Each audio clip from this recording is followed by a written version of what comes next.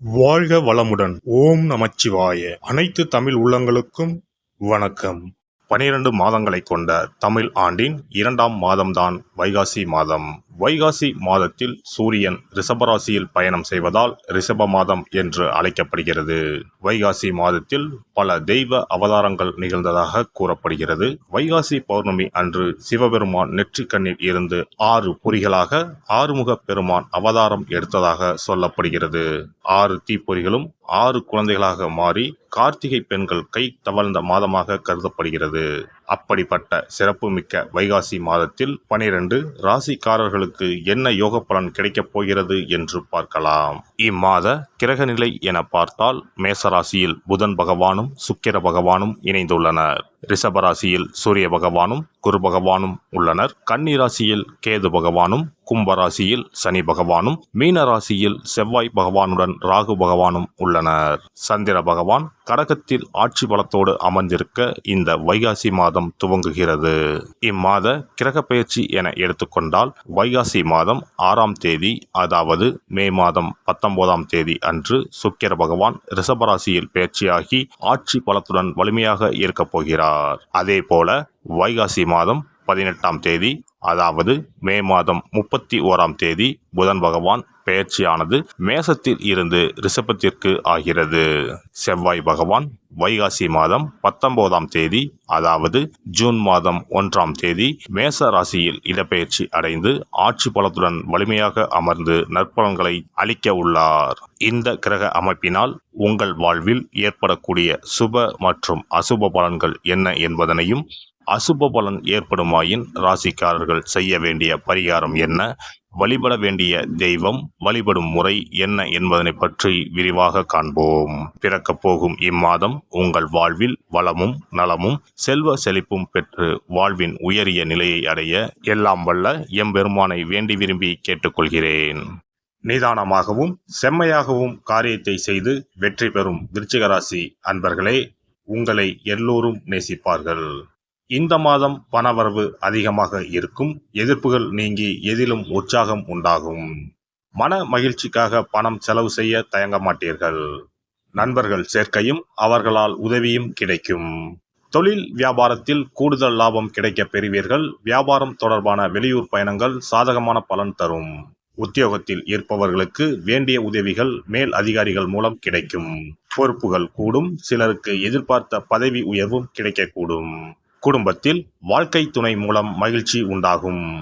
உஷ்ணம் சம்பந்தமான நோய்கள் வரக்கூடும். எச்சரிக்கையாக இருப்பதன் மூலம் அதை தடுக்கலாம். பிள்ளைகள் மனம் மகிழும்படி நடந்து கொள்வார்கள். வீண் விவகாரங்களில் தலையிடுவதை தவிர்ப்பது நல்லது. பெண்களுக்கு இம்மாதம் தாராளமாக பணம் செலவு செய்து தேவையானவற்றை வாங்குவீர்கள். மனதில் உற்சாகம் பிறக்கும். தேவையான உதவிகளும் கிடைக்கும். கலைத்துறையினரை பொறுத்தவரை கௌரவம் உயரும். விரும்பிய பதவி கிடைக்கும்.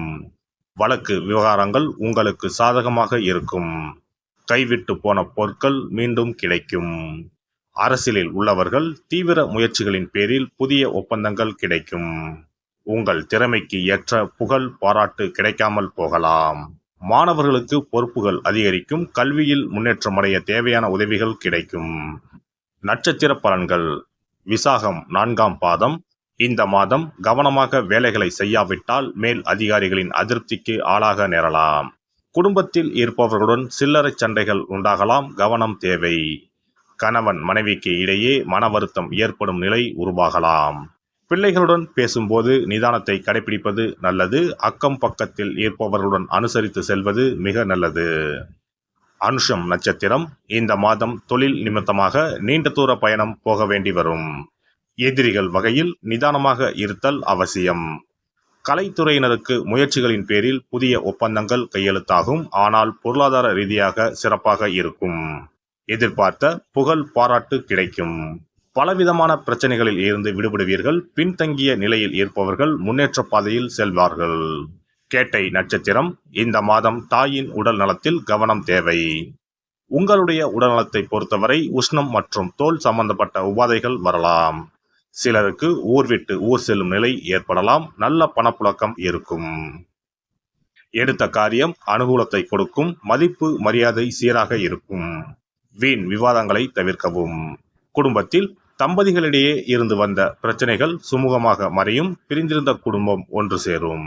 கந்த சஷ்டி கவசம் படித்து முருகனை வணங்க அருள் கிடைக்கும். மதிப்பும் மரியாதையும் கூடும். செல்வம் சேரும். சிறப்பு தொகுப்பு.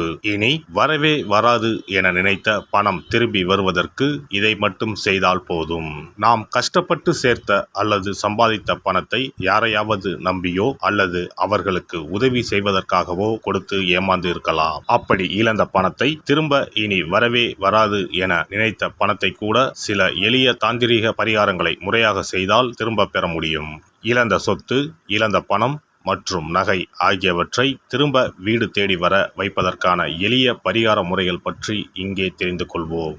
இந்த 2 முறைகளில் எந்த முறை நமக்கு எளிமையானதோ அதை செய்து பயன்பெறலாம். வாங்கிய பணத்தை திருப்பி கொடுக்க முடியாமல் கடன் தொல்லையால் அவதிப்படுபவரைப் போல் பணத்தை கொடுத்துவிட்டு அதை திரும்பி வாங்க முடியாமல் தவிப்பவர்கள் அதிகம் இருக்கத்தான் செய்கிறார்கள். யாராவது அவசரம் என பண உதவி கேட்கும்போது நட்பின் அடிப்படையிலோ அல்லது இருக்கப்பட்ட சிலர் பணம் கொடுத்திருப்பார்கள்.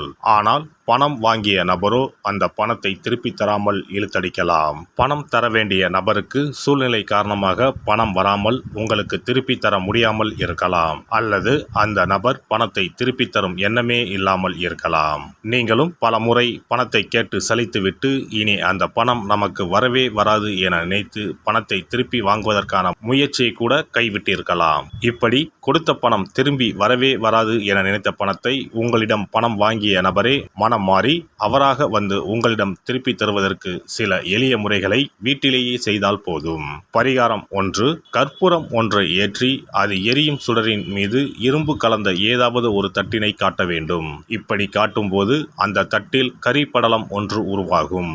இந்த கரியை உங்களின் வலதுபுற நடுவிரலில் எடுத்து ஒரு தெளிவான வெள்ளை காகிதத்தில் உங்களுக்கு பணம் கொடுக்க வேண்டிய நபரின் பெயரை எழுதி கொள்ளுங்கள். பிறகு அந்த பேப்பரை சிறியதாக மடித்து உள்ளங்கையில் வைத்துக்கொண்டு உங்களுக்கு பணம் கொடுக்க வேண்டிய அந்த நபரின் முகத்தை மனதில் நினைத்து கொண்டு அவர் உங்களுக்கு பணம் கொடுத்து விட்டதாகவும் உங்களுக்கு வரவேண்டிய பணம் அனைத்தும் வந்துவிட்டதாகவும் நினைத்து கொள்ளுங்கள்.